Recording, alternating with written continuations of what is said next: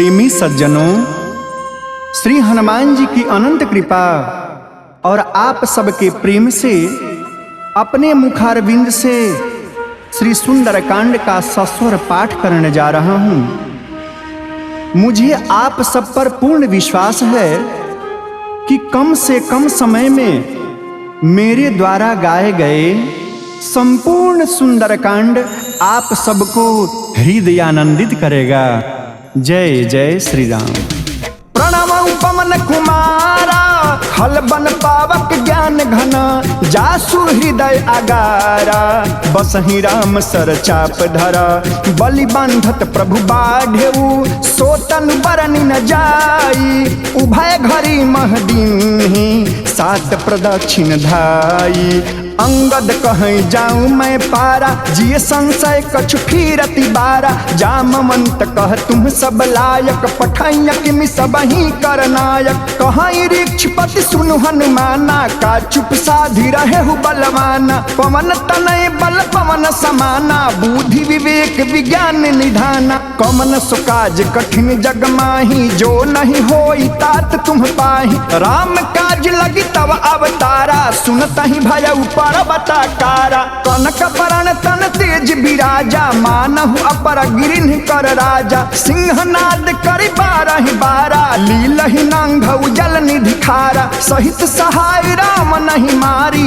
आनौ इहाँ त्रिकूट उपारी, जामवंत मैं पूछऊं तोहि, उचित सिखामन दीजहु मोहि, इतना करहु तात तुम जाई, सीतहि देखि कहूँ सुधि आई, तब निज भुज बल राजीव नैना, कौतुक लागी संग कपिसैना, तब निज भुज बल राजीव नैना, कौतुक लागी संग कपिसैना, कपिसेन संग संहारी, निश्चर राम सीतहि आनी है, त्रैलोक पावन सुजसु सुर मुनि नारदादि बखानी है, जो सुनत गावत कहत समुझत परम पद नर पावई, रघुबीर पद पाथोज मधुकर दास तुलसी गावई, भव भेषज रघुनाथ जसु, सुनहु ज नर अरु नारी, तिनकर सकल मनोरथा, सिद्ध करहि त्रिशिरारी,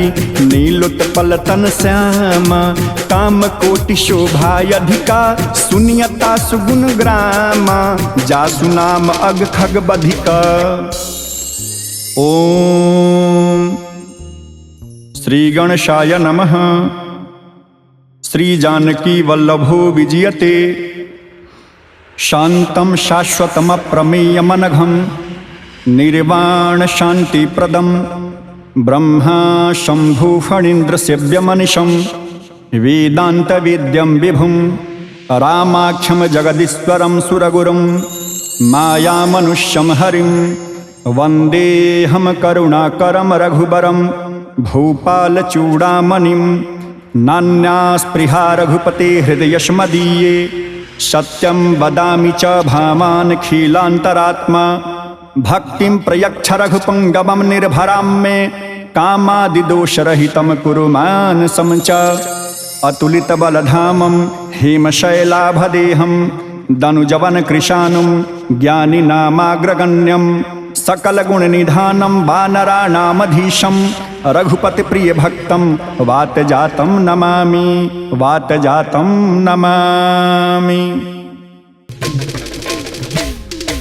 जामवंत के बचन सुहाय, सुनि हनुमंत हृदय अति भाई, तब लगी मोहि परिखेहु तुम भाई, सही दुख कंद मूल फल खाई, जब लगी आवौ सीतहि देखी, होहि काज मोहि हरस विसेखी, यह कहीं नाई सबनि कहूँ माथा, चले हरस ही धरि रघुनाथा, सिंधु तीर एक भूधर सुंदर, कौतुक कूद चढ़ेउता ऊपर, बार बार रघुबीर संहारी, कर के उपमन तनय बल भारी, जेहि गिरि चरण देई हनुमंता, चले उसोगा पाताल तुरंता, जिमि अमोघ रघुपति कर बाना, एहि भांति चले हनुमाना, जल निधि रघुपति दूत विचारी, तय मैं ना कहूँ श्रमहारी, हनुमान तेहि परसा, कर पुन किन्ह प्रणाम, राम काज किन्हे बिनु, मोहि कहाँ विश्राम, जात पवन सुत देवन देखा, देखा, जाने कहूँ बल बुद्धि विशेखा, सुरसा नाम अहिन कै माता,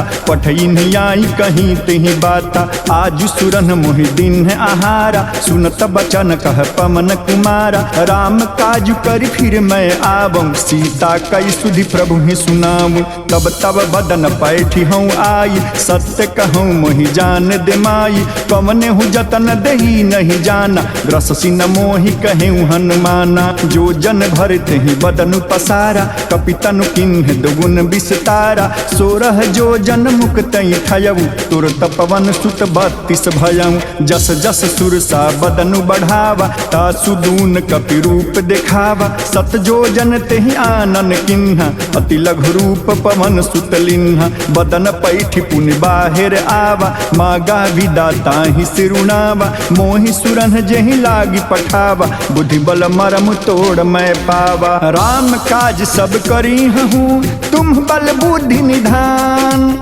आशीष दे गई सो हर्ष चलऊ हनुमान, निश्चर एक सिंधु महरहई, कर माया नभ के खग गहई, जीव जंतु जे गगन उड़ाही, जल बिलो की तिन्ह के परिछाही, गहई छाह सक सोन उड़ाही, एहि विधि सदा गगन चर खाई, सोई छल हनुमान कह किन्हा, तासु कपट कपि तुरत ही चिन्हा, ताहि मारी मारुत सुत बीरा, बारिधि पार गयो मति धीरा, तहाँ जाई देखी बन शोभा, गुंजत चंचरीक मधुलोभा, नाना तर फल फूल सुहाय, खग मृग वृंद देखी मन भाय, शैल विशाल देखी एक आगे, तापर धाई चढ़े भय त्यागे, ऊमन कछु कपि के अधिकाई, प्रभु प्रताप जो कालहि खाई, गिरि पर चढ़ी लंका तेहि देखी, कही न जाई अति दुर्ग विसेखी, अति उतंग जल निधि चहुपासा, कनक कोट कर परम प्रकाशा, कनक कोट विचित्र मणिकृत सुंदरायतना घना, चौहाट हाट सुबाट बीथिम, चारु पुरु बहु विधि बना, गजबाजी खचर निकर पद चर, रथ बरूथनि को गनय, बहुरूप निशिचर जूठ, अति बल सेन बरणत नहीं बनय, बन बाग उपवन बाटिका, सरकूप बापिम सोहहि, नर नाग सुर गंधर्व कन्या, रूप मुनि मन मोहि, कहूँ माल देह विशाल शैल, समान अति बल गरजहि, नाना अखारन भीरहि, बहु विधि एक एकन तरजहि, करि जतन भट कोटिन विकट तन, नगर चहु दिशि रक्षहि, कहूँ महिष मानुष धेनु खर, अज खल निशाचर भक्षहि, एहि लागी तुलसीदास इनकी, कथा कछु एक है कहीं, रघुबीर सरतीरथ शरीरहि, त्यागी गति पैहि सही, पुर रखबारे देखी बहु कपि मन किन्हि विचार, अति लघु रूप धरौ निसी, नगर करौ पैसार, मसक समान रूप कपिधारी, लंकहि चलौ सुमिरि नरहारी, नाम लंकिनी एक निशिचरी, सो कह चल सिमोहि निंदरी, जानहि नहीं मरमु सठ मोरा, मोर आहार जहाँ लगी चोरा, मुठिका एक महाकपिहानि, रुधिर बमत धरनी ठन मानि, पुन संभारी उठी सो लंका, जोरी पानी कर विनय सशंका, जब रावण ही ब्रह्म बर दिन्हा, चलत बिरंची कहाँ मोहि चिन्हा, विकल हो सिते कपि के मारे, तब जाने सुनिश्चर संहारे, तात मोर अति पुण्य बहुता, देखे नयन राम कर दूता, तात स्वर्ग अप वर्ग सुखा, धर्य तुलायक अंग, तूलन ताहि सकल मिली, जो सुख लव सतसंग, प्रविसी नगर की जय सब काजा, हृदय राखी कौशलपुर राजा, गरल सुधारी पुकरहि मिताई, गोपद सिंधु अनल शीतलाई, गरुड़ सुमेरु रेणु समताहि, राम कृपा करि चितवा जाहि, अति लघु रूप धरे हनुमाना, पैठा नगर सुमिरि भगवाना, मंदिर मंदिर प्रतिकर शोधा, देखे जहाँ तहाँ अगणित जोधा, गयउ दशानन मंदिर माही, अति विचित्र कहि जात सुनाही, शयन किए देखा कपिते ही, मंदिर महु न दीख बैदेही, भवन एक पुन दीख सुहावा, हरि मंदिर तह भिन्न बनावा। रामायुध अंकित गृह शोभा बरनी न जाई, नाम तुलसी का वृंद तहाँ देखी हरस कपिराई।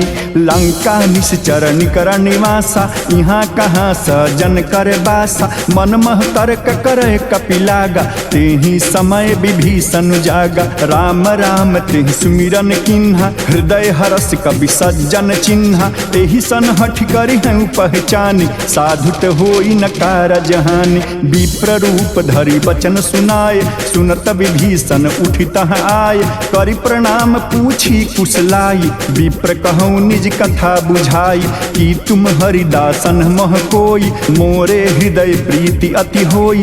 कि तुम राम दीन अनुरागी, आयहु मोहि करण बड़ भागी। तब हनुमंत कही सब राम कथा निज नाम, सुनत जुगल तन पुलक मना, मगन सुमिर गुण ग्राम।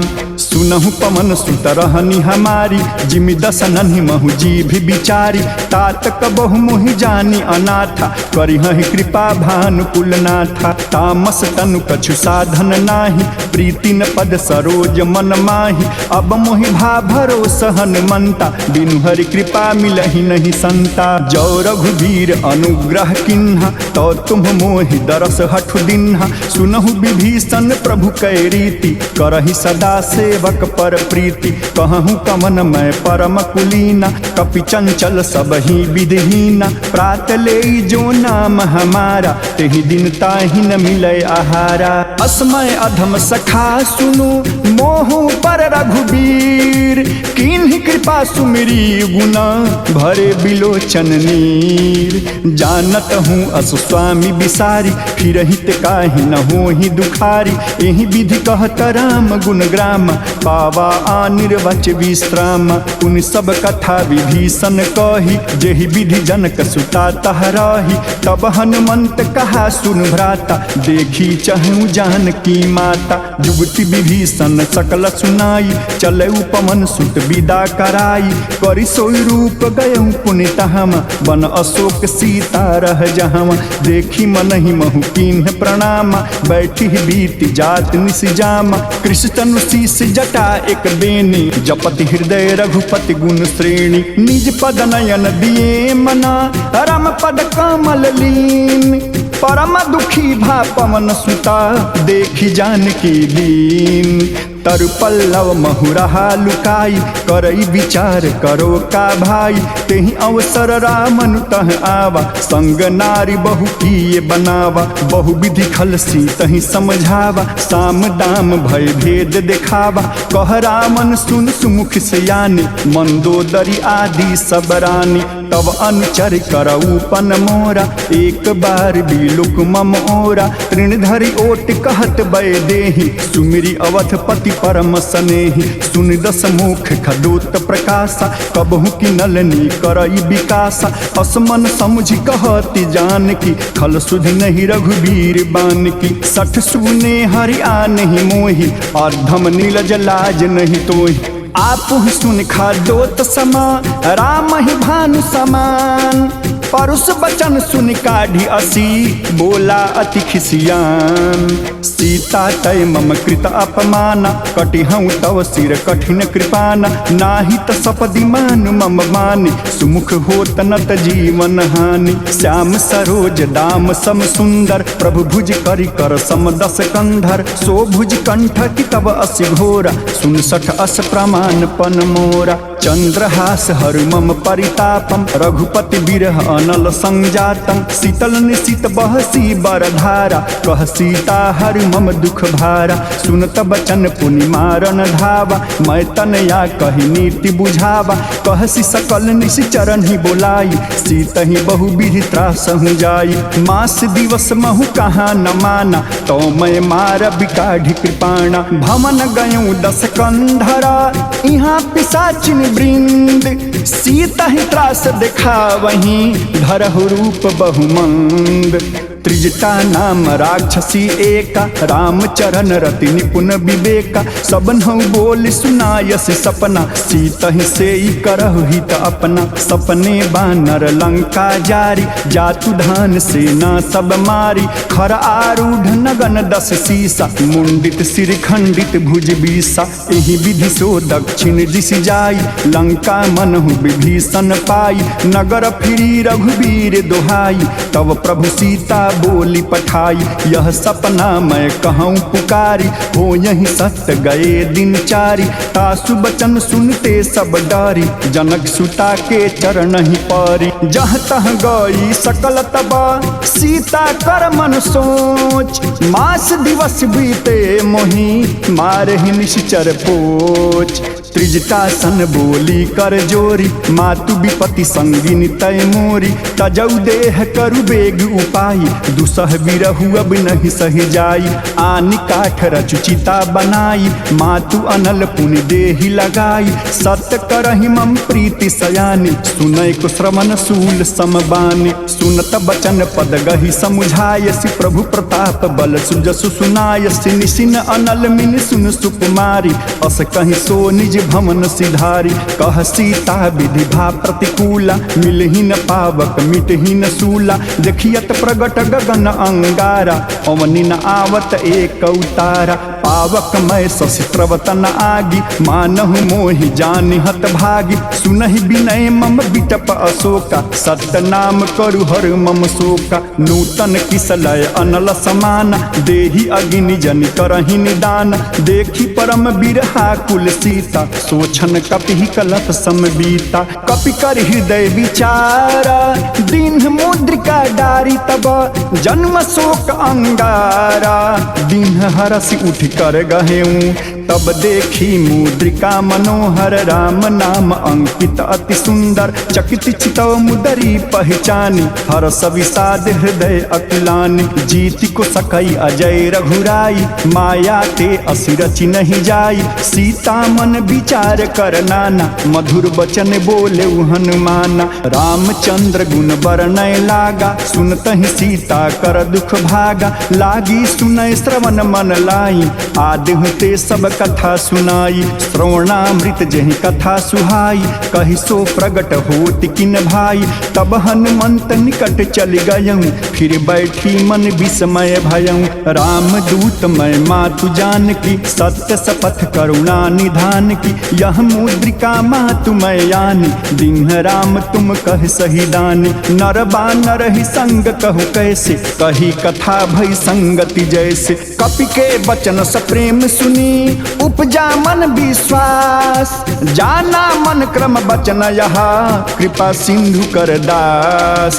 हरिजन जानि प्रीति अति गाढ़ी, सजल नयन पुल कावली बाढ़ी। बुड़त बिरह जलधि हनुमाना, भयूं तात मो कहूँ जल जाना। अब कहूँ कुशल जाऊँ बलिहारी, अनुज सहित सुख भवन खरारी। कोमल चित कृपाल रघुराई, कपि कहि हेतु धरी निठुराई। सहज बानी सेवक सुखदायक, कबहु कसुरति करत रघुनायक। कबहु नयन मम शीतल ताता, होई हहि निरखि श्याम मृदु गाता। बचनु न आय नयन भर बारी, अहह नाथ हौ निपट बिसारी। देखी परम बिरहा कुल सीता, बोल कपि मृदु बचन विनीता। मातु कुशल प्रभु अनुज समेता, तब दुख दुखी सुकृपा निकेता। जन जानन मानहु जिय ऊना, तुम्हते प्रेम राम के दूना। रघुपति कर संदेशु अबा, सुन जननी धर धीर।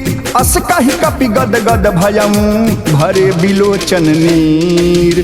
कहयूँ राम वियुग तब सीता, मो कहूँ सकल भये विपरीता। नव तरु कुशलय मनहु कृशानु, काल निशा सम निश शशि भानु। कुबलय विपिन कुंत बन सरिसा, बारिद तपत तेल जन बरिसा। जे हित रहे करत तई पीरा, उरग श्वास सम त्रिविध समीरा। कहेहू ते कछु दुख घटि होई, काहि कहो यह जान न कोई।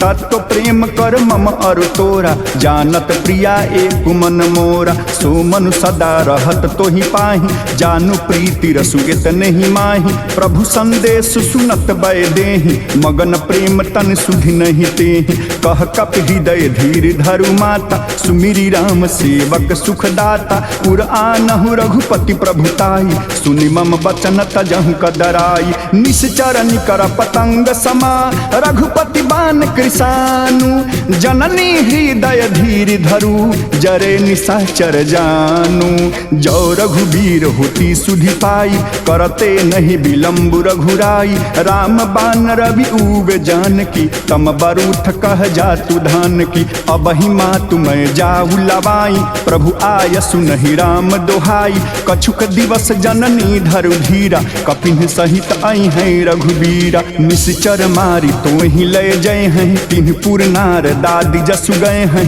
है सुत कपि सब तुम ही समाना, जातु धान अति भट बलमाना, मोरे हृदय परम संदेहा, सुनि कपि प्रगट किन्ह निज देहा, कनक भूधराकार शरीरा, समर भयंकर अति बलबीरा, सीता मन भरोस तब भयं, पुनि लघ रूप पवन सुतलयं, सुनु माता शाखा मृग, नहीं बल बुद्धि विशाल, प्रभु प्रताप ते गड़ू रही, खाई परम लघु ब्याल, मन संतोष सुनत कपिबानी, भगति प्रताप तेज बलसानी, आशीष दिन राम प्रिय जाना, होहु तात बलशील निधाना, अजर अमर गुण निधि सुत होहु, करहु बहुत रघुनायक छोहु, करहु कृपा प्रभु अस सुनि काना, निर्भर प्रेम मगन हनुमान, बार बार नायसी पद सीसा, बोला बचन जोरी कर कीसा, अब कृत्य भयऊ मैं माता,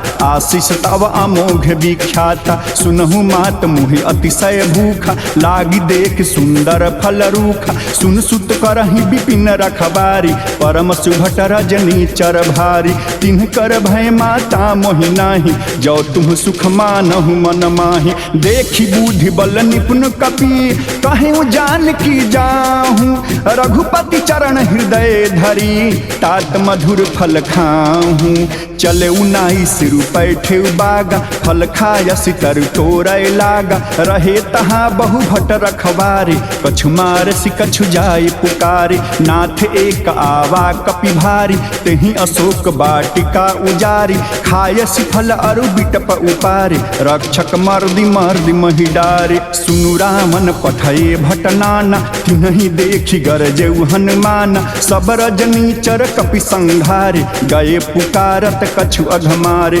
पुनि पठयऊँ तहु अक्ष कुमारा, चला संग लय सुभट अपारा, आबत देखि बिटप गहि तरजा, ताहि निपाति महाधुनि गरजा, कछु मारसी कछु मरदसी, कछु मिलायसी धरु धूरी, कछु पुनि जाई पुकारे, प्रभु मरकट बल भूरी, सुन सुत बध लंकेसरी साना, पठयसी मेघनाद बलवाना, मारसी जन सुति बांध सुताहि, देखिय कपिहि काहा कर आहि, चला इंद्रजित अतुलित जोधा, बंधु निधन सुनि उपजा क्रोधा, कपि देखा दारुण भट आवा, कटकटाए गरजा अरुधावा, अति विशाल तरु एक उपारा, बीरथ किन्ह लंकेश कुमारा, रहे महाभटता के संगा, गहि गहि कपि मरदई निज अंगा, तिन्हि निपाति ताहि सन बाजा, धीरे जुगल मानहु गजराजा, मुठिका मारी चढ़ा तरु जाई,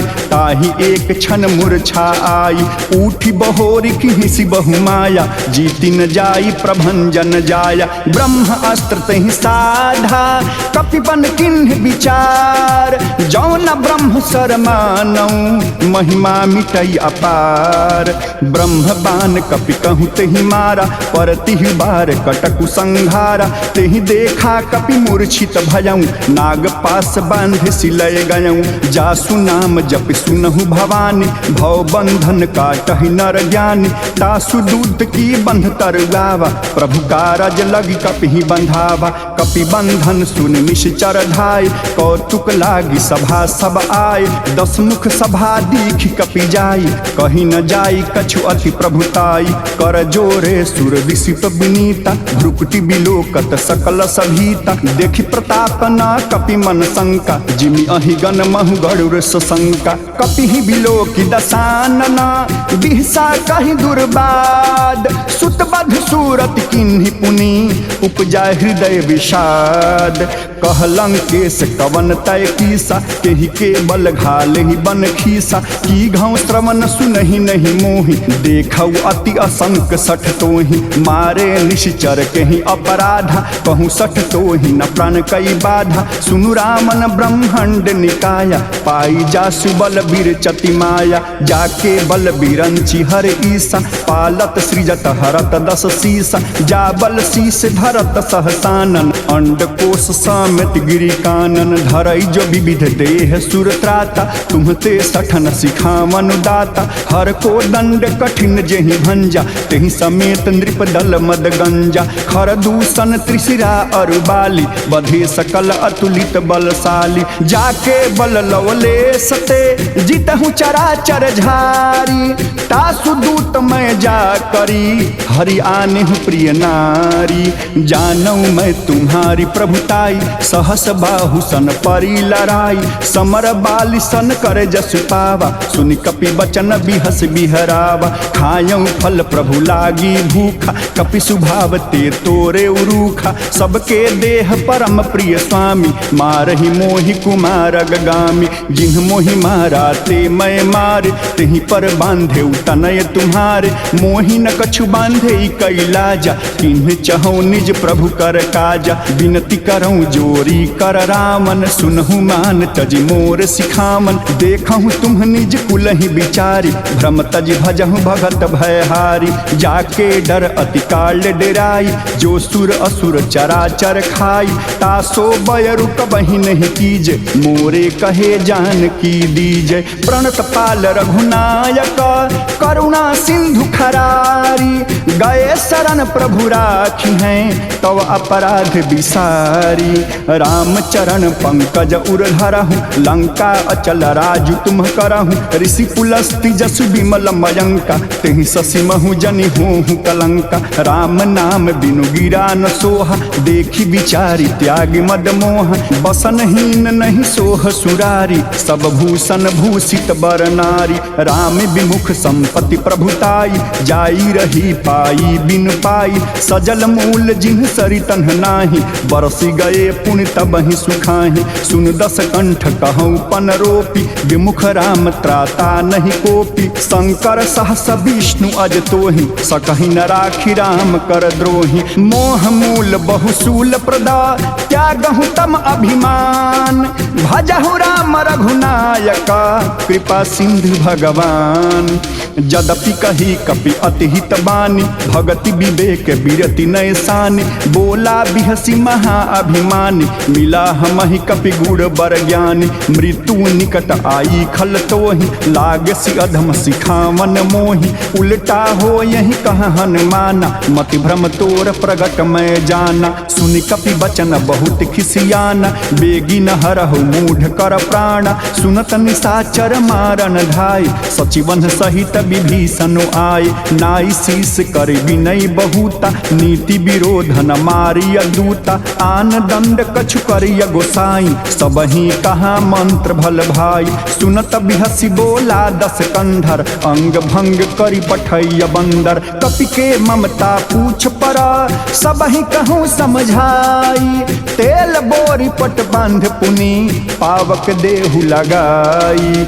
पूछहीन बानर तह जाइहि तब सठ निज नाथ ही लई आइहि जिनके किन्हसी बहुत बड़ाई देखूं मैं तिनके प्रभुताई बचन सुनत कपि मन मुस्काना भई सहाय सरद मैं जाना जातु धान सुनि रामन बचना लागे रचय मूढ़ सोई रचना रहना नगर बसन धृत तेला बाढ़ी पूछ किन्ह कपि खेला कौतुक कह आये पुरवासी मारहि चरण कर करही बहुहासी, बाजही ढोल देहि सब तारी, नगर फेरी पुन पूछ प्रजारी, पावक जरत देखी हनुमंता, भयउ परम लघु रूप तुरंता, निबुक चढ़ेउ कपि कनक अटारी, भई सभीत निशाचर नारी, हरि प्रेरित तेहि अवसर, चले मरुत 49, अट्टहास करि गरज कपि, बढ़ी लाग आकाश, देह विशाल परम हर आई,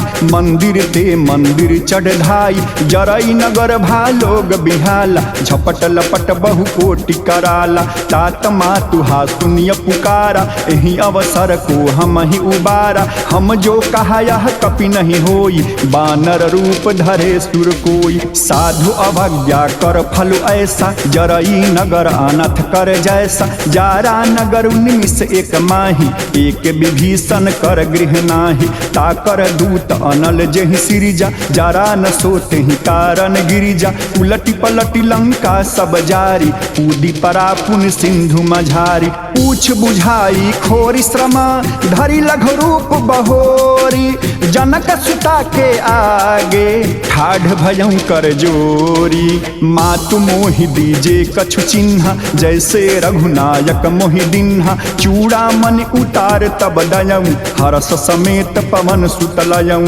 कहेहूँ तात असमोर प्रणाम, सब प्रकार प्रभु पूरन काम, दीन दयाल बिरदु संभारी, हरहु नाथ मम संकट भारी, तात शक्र सुत कथा सुनायहूँ, बन प्रताप प्रभु ही समुझायहूँ, मास दिवस महु नाथु न आवा, तो पुनि मोहि जियत नहीं पावा, कहूँ कपि केहि विधि राखो प्राणा, तुम हूँ तात कहत अब जाना, तोहि देखी शीतल भई छाती, पुनि मो कहीं सोई दिन सो राती, जनक सुतहि समुझाई करी, बहुविधि धीरज दीन है, चरण कमल सिरुनाई कपि, गवनु राम पहिकीन, चलत महाधुन गरज सिभारी, गर्भस्त्र वही सुनि निश्चर नारी, नाघि सिंधु एहि पारहि आवा, सपद किल किला कपिन सुनावा, हर से सब बिलो की हनुमान, नूतन जन्म कपिन तब जाना, मुख प्रसन्न तन तेज विराजा,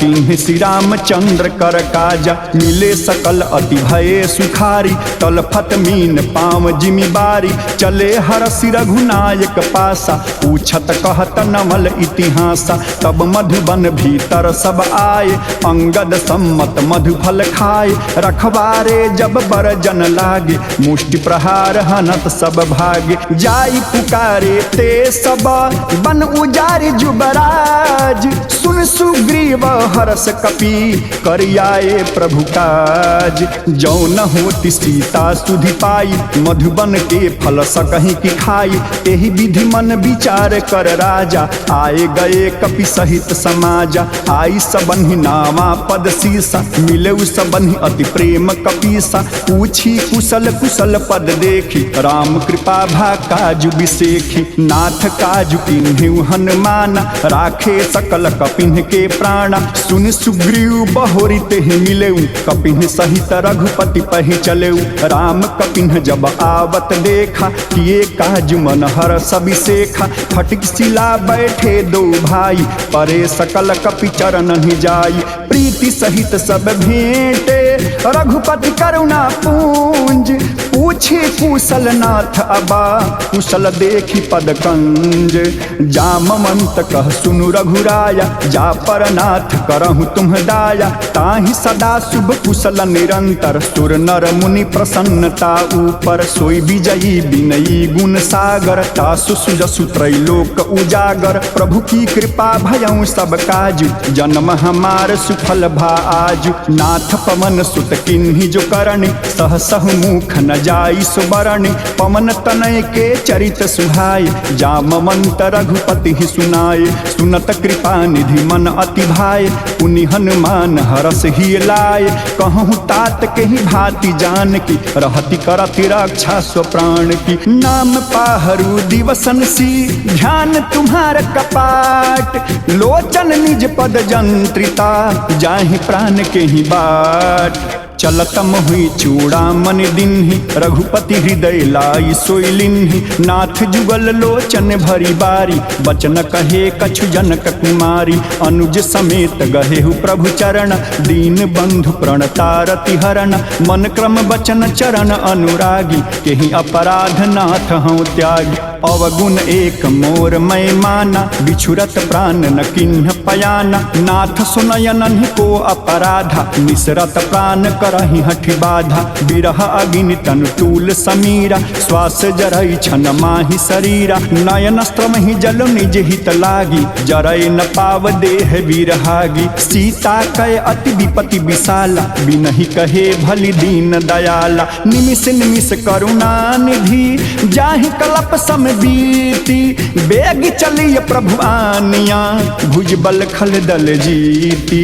सुन सीता दुख प्रभु सुख आयना, भरी आए जल राजीव नयना। बचन काय मन मम गति जाहि, सपने बुझिय विपति की ताहि। कह हनुमंत विपति प्रभु सोई, जब तब सुमिरन भजन न होई। केतिक बत प्रभु जातु धान की, रिपुहि जीति आनि बिजान की। सुनि कपि तोहि समान उपकारी, नहीं कोई सुर नर मुनि तनुधारी। प्रति उपकार करो का तोरा, सन्मुख होई न सकत मन मोरा। सुन सुत तोहि उरिन मैं नाही, देखें करि विचार मन माही। पुनि पुनि कपिहि चितौ सुर त्राता, लोचन नीर पुलक अति गाता। सुनि प्रभु बचन बिलोक मुखा, गात हरस हनुमंता। चरण परे प्रेमा कुला, त्राहि त्राहि भगवंता। बार बार प्रभु चहई उठावा, प्रेम मगन तेहि उठबन भावा। प्रभु कर पंकज कपि के सीसा, सुमरी सुदशा मगन गौरीसा। सावधान मन करि पुनि शंकर, लागे कहन कथा अति सुंदर। कपि उठाई प्रभु हृदय लगावा, कर गहि परम निकट बैठावा। कहूँ कपि रामन पालित लंका, तेहि विधि दयौ दुर्ग अति बंका। प्रभु प्रसन्न जाना हनुमाना, बोला बचन विगत अभिमाना। शाखा मृग के बड़ु मन साई, शाखा ते शाखा पर जाई। नाभि सिंधु हाटक पुरजारा, निश्चर गण विधि विपिन उजारा। सो सब तव प्रताप रघुराई, नाथ न कछु मोरी प्रभुताई। ताकहु प्रभु कछु अगम नहीं, जा पर तुम अनुकूला। तव प्रभाव बड़वा न लही, जारी सकई खल तूला। नाथ भगति अति सुखदायन, देहु कृपा करि आन पायन। सुनि प्रभु परम सरल कपिबानी, एवमस्तु तब कहें भवानी। उमा राम सुभहु जेहि जाना, ताहि भजनु तजि भाव न आना। यह संवाद जासुर आवा, रघुपति चरण भगत सोई पावा। सुनि प्रभु बचन कहाहि कपि वृंदा, जय जय जय कृपाल सुख कंदा। तब रघुपति कपिपति ही बुलावा, कहा चलय कर करहु बनावा। अब विलंब केहि कारण कीजे, तुरत कपिन कहूँ आय सुदीज। कौतुक देख सुमन बहु बरसी, नभते भमन चले सुर हरसी। कपिपति बेगी बोलाए, आए जूथप जूथ। नाना वर्ण अतुल बला, बानर भालु बरूठा। प्रभु पद पंकज नावहि सीसा, गरजहि भालु महाबल कीसा। देखी राम सकल कपि सेना, चितई कृपा करि राजीव नयना। राम कृपा बल पाई कपिंदा, भय पच्छ जुट मनहु गिरिंदा। हरसि राम तब किन्ह पयाना, सगुन भय सुंदर शुभ नाना। जासु सकल मंगलमय कीर्ति, तासु पयान सगुन यह नीति। प्रभु पयान जाना बै देहि, हर की बाम अंग जन कहीं देहि। जोई जोई सगुन जान की होई, असगुन भयउ राम नहीं सोई। चला कटक को बरनय पारा, गरजहि बानर भालु अपारा। नख आयुध गिरि पादप धारी, चले गगन महि इच्छाचारी। के हरिनाद भालु कपि करहि, डगमगाहि दिग्गज चीकरहि।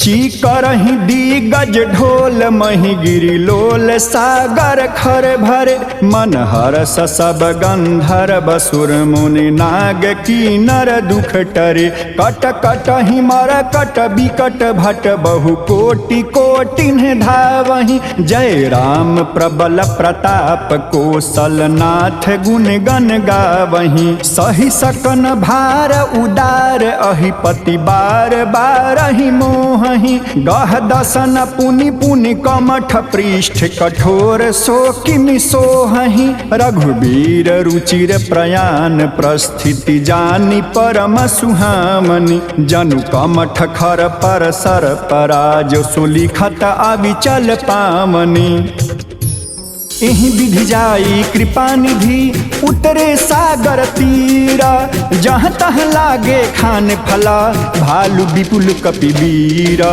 उहाँ निशाचर रहि सशंका जब ते जारी गए कपिलंका निज निज गृह सब करहि विचारा नहीं निश्चर कुल केर उबारा जासु दूत बल बरनि न जाई तेहि आए पुर कवन भलाई दू तीन सन सुनि पुर जन बानी मंदोदरी अधिक अकुलानि रहसी जोरी कर पति पग लागी बोली बचन नीति रस पागी कंत करसी हरिसन परिहरहु मोर कहा अति हित ही धरहु समुझत जासु दूत कई करणी स्त्रभहि गर्भ रजनी चर धरणी तासु नारे निज सचिव बोलाई पठवहु कंत जो चहु भलाई तव कुल कमल विपिन दुखदाई सीता सीत निशा सम आई सुनहु नाथ सीता बिनु दिन्हे इतना तुम्हारे शंभु अज किन्हे राम बान अहिगन सरिसा निकरन साचर भेक जब लगी ग्रसतन तब लगी जतन करहु तज टेक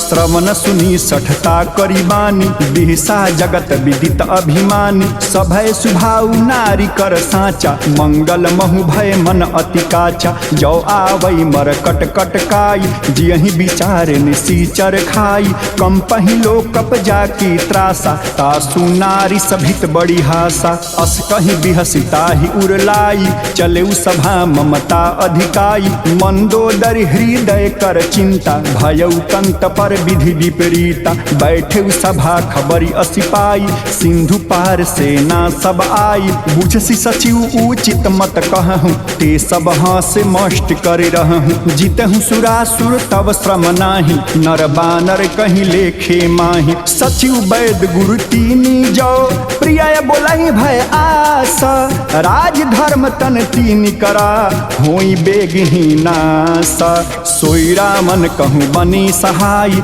स्तुति करहि सुनाई सुनाई अवसर जानी विभीषण आवा भ्राता चरण शीस तेहि नावा उन सिरि नाई बैठ निज आसन बोला बचन पाई अनुशासन जो कृपाल पूछे मोहि बाता मति अनुरूप कहो हित ताता जो आपन चाहे कल्याणा सुज सुसुमति शुभ गति सुख नाना सो पर नारी लीलार गोसाई तजौ चौथ के चंद किनाई 14 भुवन एक पति होई भूत द्रोह तिष्ठई नहीं सोई गुण सागर नागर नर जोऊ अलप लोभ भल कहि न को काम क्रोध मद लोभ सब नाथ नरक के पंथ सब परिहरि रघुबीर भजहु भजहि जहि संता तात राम नहीं नर भूपाला भुवनेश्वर कालहु कर काला ब्रह्म अनामय अज भगवंता व्यापक अजित अनादि अनंता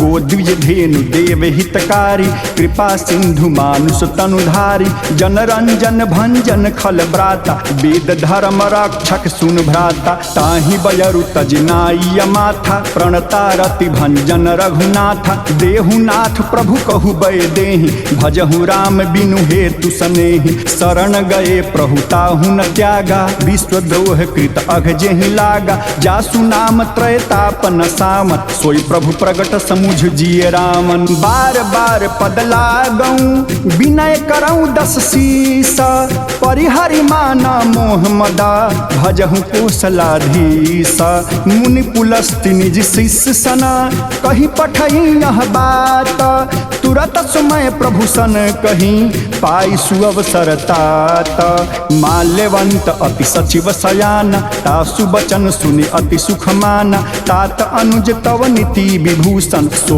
उर धरहु ज कहत विभीषण। रिपुत करस कहत सठ दो, दूरी न करहु यहाँ है को। माल्यवंत गृह गयउ बहोरी, कहई विभीषण पुनि कर जोरी। सुमति कुमति सबके उर रहहि, नाथ पुराण निगम अस कहहि। जहाँ सुमति तह संपत्ति नाना, जहाँ कुमति तह विपति निदाना। तव उर कुमति बसी विपरीता, हित अनहित मानहु रिपुप्रीता। काल रात निश्चर कुल केरी, तेहि सीता पर प्रीति घनेरी। तात चरण गहि मांगेऊ, राखेऊ मोर दुलारा। सीता देहूँ राम कहूँ, अहित न होई तुम्हारा। बुध पुराण श्रुति सम्मत बानी, कही विभीषण नीति बखानी। सुनत दसानन उठारी साई, खल तोहि निकट मृत्यु अब आई। जियसी सदा सठ मोर जियावा, रिपुकर पक्ष मूढ़ तोहि भावा। कहसी न खल अस को जग माही, भुजबल जाहि जिता मैं नाही। मम पुर बसी तपसिन्ह पर प्रीति, सठ मिल जाई तिन्हि कहु नीति। अस कहि तिन्हि चरण प्रहारा, अनुज गहे पद बारहि बारा। उमा संत कई इहि बड़ाई, मंद करत जो करई भलाई। तुम पितु सरिस भलहि मोहि मारा, राम भजे हितनाथ तुम्हारा। सचिव संग लय नभ पथ गयऊँ, सबहि सुनाई कहत अस भयऊँ। राम सत्य संकल्प प्रभु, सभा काल बस तोरी। मैं रघुबीर शरण अबा, जाऊँ देहु जनि खोरी। अस कहीं चला विभीषण जबहि, आयुहीन भये सब तबहि। साधु अवज्ञा तुरत भवानी, कर कल्याण अखिल कयहानि। रावण जबहि विभीषण त्यागा, भयउ विभव बिनु तबहि अभागा। चलेउ हरषि रघुनायक पाहि, करत मनोरथ बहुमन माहि। देखिहउँ जाई चरण जल जाता, अरुण मृदुल सेवक सुखदाता। जे पद पर सितरी ऋषि नारी, दंडक कानन पामनकारी। जे पद जनक सुता उरलाय, कपट कुरंग संग धर धाय। हर उर सर सरोज पद जेई, अहो भाग्यमय देखी हई तेई। जिन्ह पायन के पादुकन्ही, भरतु रहे मन लाई। ते पद आज बिलो की हयूं, इन्ह नयन ही अब जाई। एहि विधि करत स प्रेम विचारा, आयउ सपदि सिंधु एहि पारा। कपिन्ह विभीषण आवत देखा, जाना कोई रिपुदूत विशेखा। ताहि राखी कपिस पहि आए, समाचार सब ताहि सुनाए। कह सुग्रीव सुनहु रघुराई, आवा मिलन दसानन भाई। कह प्रभु सखा बूझिहे काहा, कहई कपिस सुनहु नर नाहा। जानी न जाई निशाचर माया, काम रूप के ही कारण आया। भेद हमार लेन सठ आवा, राखिय बांधि मोहि असभावा। सखा नीति तुम्हनी की विचारी, मम पन शरणागत भयहारी। सुनि प्रभु बचन हरस हनुमाना, शरणागत बच्छल भगवाना। शरणागत कहूँ जे तजहि, निज अनहित अनुमानी। ते नर पावर पापमया, तिन्हि बिलोकत हानि। कोटि विप्र बध लागहि जाहूँ, आए शरण तजौ नहीं ताहूँ। सन्मुख होई जीव मुहि जबहि, जन्म कोटि अघना सहि तबहि। पापवंत कर सहज सुभाऊ, भजन मोर तजि भाव न काऊ। जो पै दुष्ट हृदय सोई होई, मोरे सन्मुख आव कि सोई। निर्मल मन जन सो मोहि पावा, मोहि कपट छल छिद्र न भावा। भेद लेन पठवा 10 सीसा, तबहु न कछु भय हानि कपीसा। जगमहु सखा निशाचर जेते, लक्ष्मण हनई निमिष महु तेते। जो सभीत आवा सरनाई, रखिहई ताहि प्राण की नाई। उभय भाति तेहि आनहु, हंस कहि कृपा निकेत। जय कृपाल कहि कपि चले, अंगद हनु समेत। सादर तेहि आगे करि बानर, चले जहाँ रघुपति करुणा कर। दूरी ते देखे दो भ्राता, नयनानंद दान के दाता। बहुरी राम छवि धाम बिलोकी, रहे उठटुकी एक टक पल रोकी। भुज प्रलंब कंजारुन लोचन, श्यामल गात प्रणत भय मोचन। सिंह कंध आयत उर सोहा आनन अमित मदन मन मोहा नयन नीर पुलकित अति गाता मन धरि धीर कहीं मृदु बाता नाथ दशानन करमय भ्राता निस्सर वंश जन्म सुर त्राता सहज पाप प्रिय तामस देहा जाथा उलु कही तम परनेहा श्रवण सुजस सुनि आयऊ प्रभु भंजन भव भीर त्राहि त्राहि आरति हरना शरण सुखद रघुबीर अस कहीं करत दंडवत देखा तुरत उठे प्रभु हरस अभिषेखा दीन बचन सुनि प्रभु मन भावा भुज विशाल गही हृदय लगावा अनुज सहित मिली ढिग बैठारी बोले बचन भगत भयहारी कहु लंकेश सहित परिवारा कुशल कुठाहर बास तुम्हारा खल मंडल बसहु दिन राति सखा धर्म निबहई के ही भांति मैं जानू तुम्हारी सब रीति अति नय निपुण न भाव अनीति बरु भल बास नरक करताता दुष्ट संग जन देई विधाता अब पद देखी कुशल रघुराया जो तुम किन्ही जान जन दाया तब लगी कुशल न जीव कहूँ सपने हूँ मन विश्राम जब लगी भजत न राम कहूँ शोक धाम तजी काम तब लगी हृदय बसत खल नाना लोभ मोह मच्छर मदमाना जब लगी उड़न बसत रघुनाथा धरे चाप सायक कटिभाथा ममता तरुण तमी अंधियारी राग द्वेष ओल सुखकारी तब लगी बसत जीव मन माही जब लगी प्रभु प्रताप रविनाही अब मैं कुशल मिटे भय भारे देखी राम पद कमल तुम्हारे तुम कृपाल जा पर अनुकूला ताहि न व्याप त्रिविध भवशूला मैं निश्चर अति अधम सुभाऊं शुभ आचरण किन्ह नहीं काऊं जा स्वरूप मुन ध्यान न आवा तेहि प्रभु हरस हृदय मोहिलावा अहो भाग्य मम अमित अति राम कृपा सुख पुंज देखे नयन बिरंच शिवा सेव्य जुगल पद कंजा सुनहु सखा निज कहूँ सुभाऊं जान बुसुंडी शंभु गिर जाऊं जो नर होई चराचर द्रोही आवे सभय शरण तकी मोहि तज मद मोह कपट छल नाना करऊँ सद्दते ही साधु समाना जननी जनक बंधु सुतदारा तनु धनु भवन सुहृद परिवारा सबके ममता ताग बटोरी मम पद मन ही बांधि बरी डोरी समदर्शी इच्छा कछु नाही हरस शोक भय नहीं मन माही अस सज्जन मम उर बस कैसे लोभी हृदय बसई धनु जैसे तुम सारी खे संत प्रिय मोरे धरऊ देह नहीं आन निहोरे सगुन उपासक परहिता निरत नीत दृढ़ नेमा ते नर प्राण समान ममा जिनके द्विज पद प्रेमा सुन लंकेश सकल गुण तोरे ताते तुम अतिशय प्रिय मोरे राम बचन सुनि बानर जूठा सकल कहीं जय कृपा बरूठा सुनत विभीषण प्रभु कै बानी नहीं आघात श्रवणामृत जानी पद अम्बुज गही बारहि बारा हृदय समातन प्रेम अपारा सुनहु देव सचराचर स्वामी प्रणत पाल उर अंतर जामी उर कछु प्रथम बासना रही प्रभु पद प्रीति सरित सोबही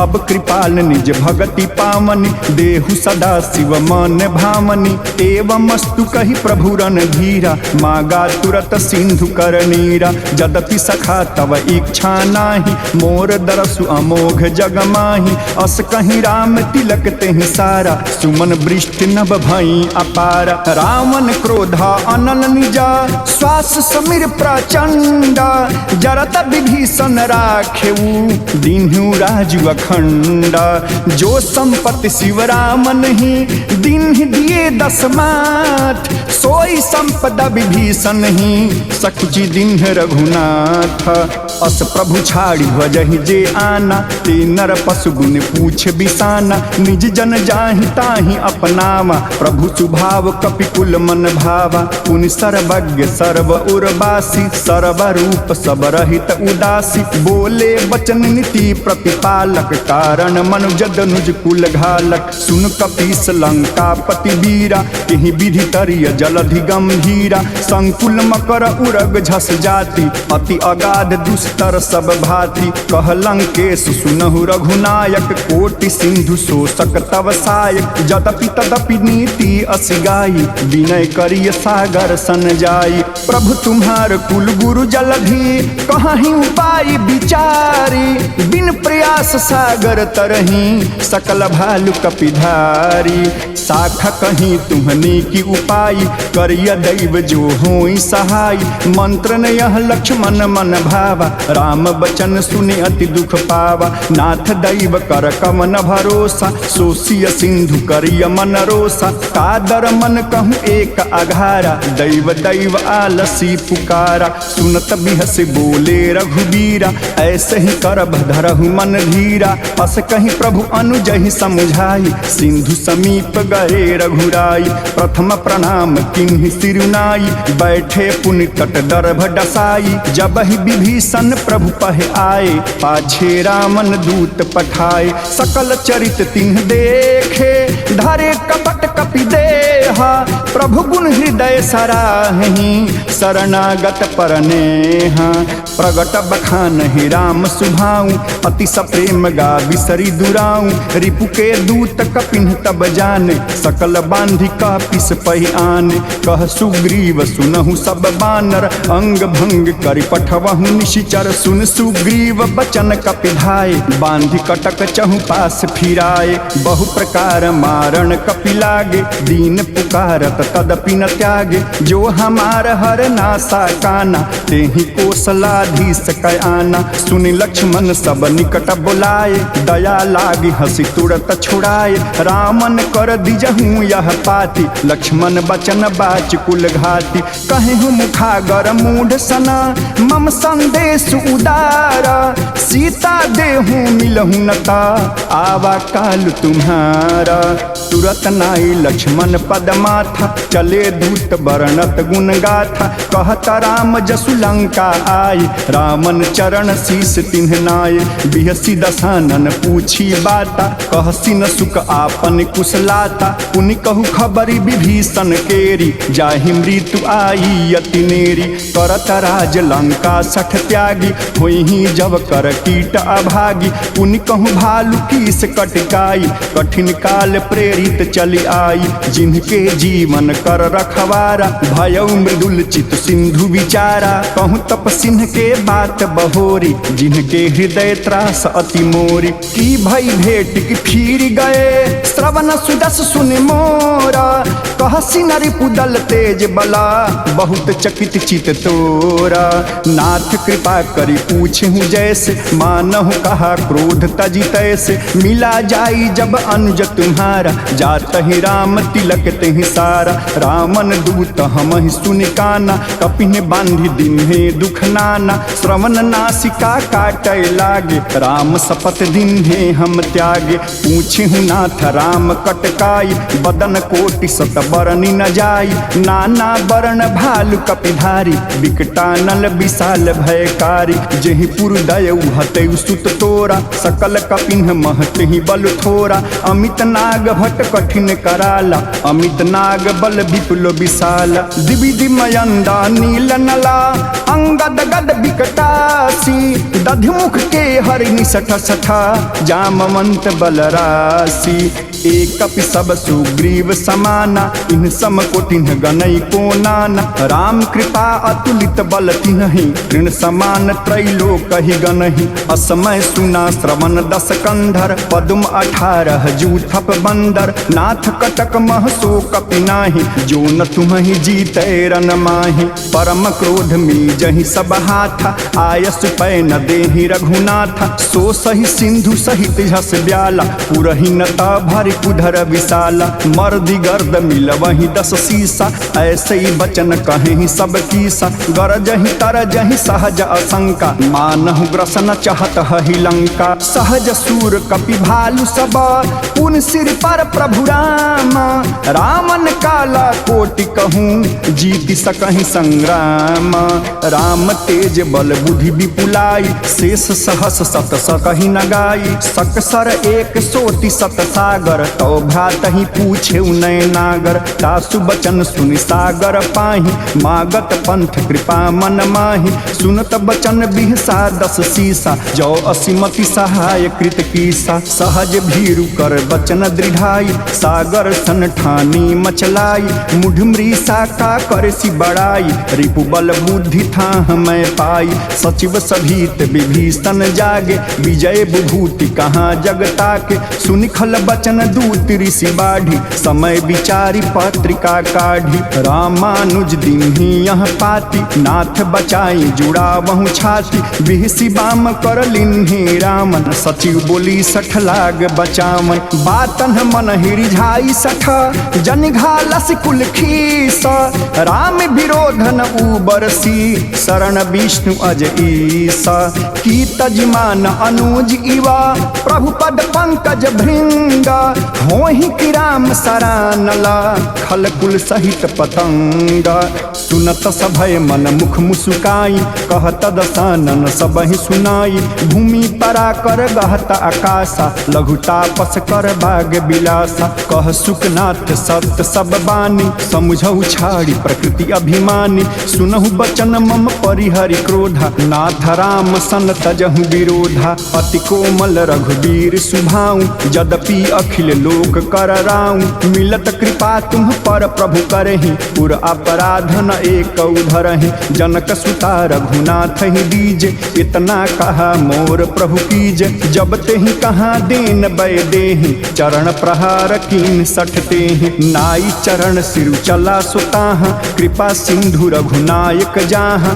करि प्रणाम निज कथा सुनाई राम कृपा आपन गति पाई ऋषि अगस्त्य की साप भवानी राक्षस भयउ रहा मुन ज्ञानी बंदी राम पद 12 मुन निज आश्रम कहूँ पगुधारा विनय न मानत जलधि जड़ा गए 3 दिन बीती बोले राम सकोप तबा भय बिन हुई न प्रीति लक्ष्मण बान सरासर आनु सो बारिधि विशिख कृषानु 60 सन विनय कुटिल सन प्रीति सहज कुपन सन सुंदर नीति ममता रत सन ज्ञान कहानी अति लोभी सन विरति बखानी क्रोधि सम कामहि हरि काथा ऊसर बीज बये फल जाथा अस कहीं रघुपति चाप चढ़ावा यह मत लक्ष्मण के मन भावा संघानु प्रभु विशिख कराला उठी उदधि उर अंतर ज्वाला मकर उरग झस गन अकुलाने जरत जंतु जल निधि जब जाने कनक थारी भरी मणिगण नाना विप्र रूप आयऊ तजिमाना काटहि पै कदरी फरई कोटि जतन को सींच विनय न मान खगेश सुनु डाटहि पै नव नीच सभय सिंधु गहि पद प्रभु केरे क्षमहु नाथ सब अवगुण मेरे गगन समीर अनल जल धरनि इन्ह कई नाथ सहज जड़ करनि तव प्रेरित माया उपजाए सृष्टि हेतु सब ग्रंथ निगाए प्रभु आय सुजहि कह जस अहई सोते ही भांति रहे सुख लहई प्रभु भल किन्हि मोहि सिक दिन्हि मर जादा पुनि तुम्हारी किन्हि ढोल गंवार शूद्र पशु नारी सकल ताड़ना के अधिकारी प्रभु प्रताप मैं जाब सुखाई उतरी ही कटक न मोरी बड़ाई प्रभु आज्ञा अपेल श्रुति गाई करौ सो बेगी जो तुम ही सुहाई सुनत विनीता बचनयति कह कृपाल मुस्काई जेहि विधि उतरय कपि कटकूं तात सो कहूँ उपाई नाथ नील नल कपि दो भाई लरिकाई ऋषि आशीष पाई तिनके परस किए गिरि भारे तरिहहि जलधि प्रताप तुम्हारे मैं पुण्य उर धरि प्रभु प्रभुताई करिहं बल अनुमान सहाय एहि विधिनाथ पयोधि बंधाई यजहि यह सुजसु लोक तिहु गाई एहि सर मम उत्तर तटवासी हतहु नाथ खल नर अघरासी सुनि कृपाल सागर मन पीरा तुरत ही हारी राम रण धीरा देखी राम बल पौरुष भारी हरसि पयो निधि भयम सुखारी सकल चरित कहीं प्रभु ही सुनामा चरण बंदी पाठो दिसि धावा।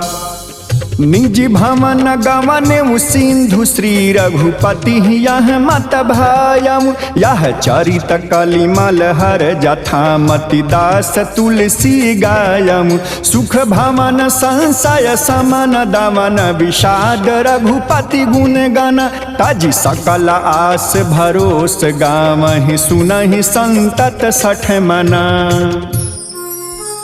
सकल सुमंगल दायक रघुनायक गुणगान सादर सुनहि ते तरहि भवा सिंधु बिना जल जान सिंधु बिना जल जान। अपने राष्ट्र को सुंदर बनाने हेतु, अपने समाज को सुंदर बनाने हेतु तथा इस कलयुग के समस्त पापों के नाश हेतु प्रत्येक व्यक्ति को, प्रत्येक भक्त को श्री तुलसीकृत श्री रामचरितमानस के पंचम सोपान श्री सुंदरकांड का पाठ करना तथा सुनना दोनों ही आवश्यक है। सकल सुमंगलदायक, सभी प्रकार के मंगलों को देने वाला यह तुलसीकृत श्री रामचरितमानस के पंचम सोपान श्री सुंदरकांड का पाठ जो भी भक्त श्रद्धा से इस सुंदरकांड पाठ को अपने कर्णेंद्रिय द्वारा श्रवण करता है वह इस जीवन रूपी लंबी भवसागर को, इस जीवन रूपी लंबी लक्ष्य को भाव सिंधु बिना जलजान बिना ही नौका के द्वारा पार कर जाता है। श्री सुंदरकांड का 60वां दोहा सुसंपन्न हुआ। इसी के साथ जय श्री राम, जय हनुमान।